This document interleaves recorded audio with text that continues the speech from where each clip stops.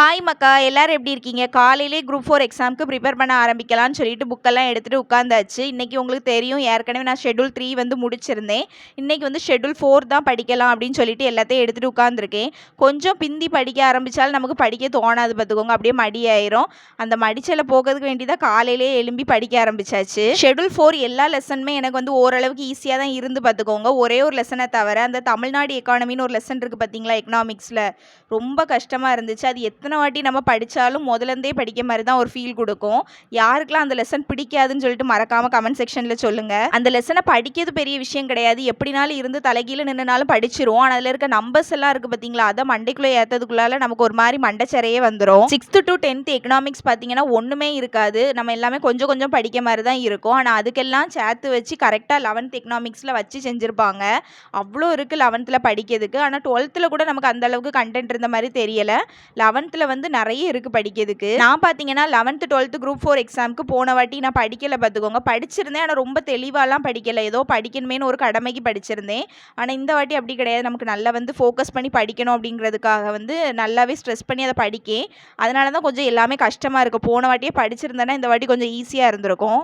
இன்றைக்குள்ள ஷெட்யூலில் பார்த்தீங்கன்னா 6th 9th 11th பாலிட்டியில் local government வந்து படிக்க கொடுத்துருந்தாங்க.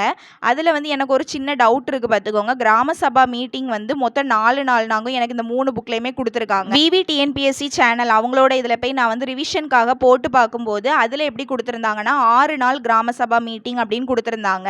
அந்த வீடியோக்கு கீழே கமெண்ட் செக்ஷன்லேயுமே நிறைய பேர் கேட்டிருந்தாங்க, 4 நாள் தானே நீங்கள் 6ன்னு சொல்கிறீங்க அப்படின்ட்டு. அப்புறமா நான் வேற ஒரு புக்கில் போய் செக் பண்ணி பார்க்கும்போது அதுலேயுமே வந்து 6 நாள்னு தான் கொடுத்துருந்தாங்க. எக்ஸ்ட்ராவாக November 1 March 22 கொடுத்துருந்தாங்க. ஆனால் என் புக்கில் வந்து வெறும் 4 நாள் தான் கொடுத்துருக்கு.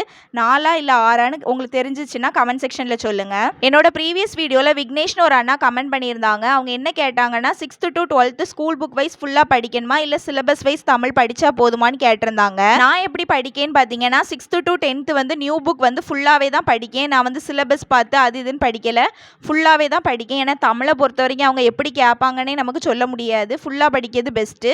ஆனால் ஓல்டு புக் நான் அப்படி படிக்கலை. ஓல்டு புக் வந்து சிலபஸ் வைஸ் தான் படிச்சுட்டு இருக்கேன். ஓல்டு புக்கில் இப்போ சில பாடம்ல இப்போ ராமானுஜர் பாடம் அதெல்லாம் நமக்கு வேண்டான்னு நமக்கு ஓப்பனாகவே தெரியும்.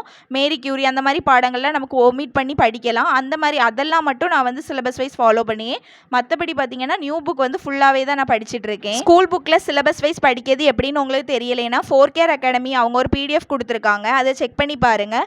அதில் வந்து சிலபஸ் வைஸ் எதெல்லாம் படிக்கணும்னு அவங்களே எல்லாமே குறித்து கொடுத்துட்டாங்க, அதை நம்ம படித்தா மட்டுமே போதும். அதே மாதிரி புத்தா TNPSC தமிழ் புக்கோட ப்ரைஸ் பார்த்தீங்கன்னா 500 rupees தான். ஆனால் டெலிவரி சார்ஜோட சேர்த்து நமக்கு 100 rupees எக்ஸ்ட்ரா பே பண்ண வேண்டியது இருக்குது. வேற என்ன கேட்டிருந்தாங்கன்னா புத்தா TNPSC புக்கோட மற்ற புக்ஸை கம்பேர் பண்ணி எது பெஸ்ட்டுன்னு சொல்லியிருந்தாங்க.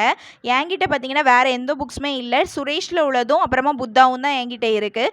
இந்த ரெண்டையும் கம்பேர் பண்ணும்போது எனக்கு புத்தா தான் பெஸ்ட்டுன்னு தோணுது சுரேஷை கம்பேர் பண்ணும்போது. புத்தா தமிழ் புக்கில் எல்லா கண்டென்ட்டுமே கவர் ஆகுதான்னு கேட்டிருந்தாங்க. நியூ புக் ஓல்டு புக் எல்லாமே, நியூ புக் ஓல்டு புக் எல்லாமே கவர் ஆகுது. ஆனால் சிறப்பு தமிழ் வந்து கவர் ஆகலை. புத்தா புக் வாங்கலாமா இல்லைனா பிரகாஷ் அகாடமியில் உள்ள புக் வாங்கலாமான்னு கேட்டிருந்தீங்க. அது எனக்கு சொல்ல தெரியல பார்த்துக்கோங்க. ஏன்னா என்கிட்ட பிரகாஷ் அகாடமி புக்கு கிடையாது, புத்தா தான் இருக்குது.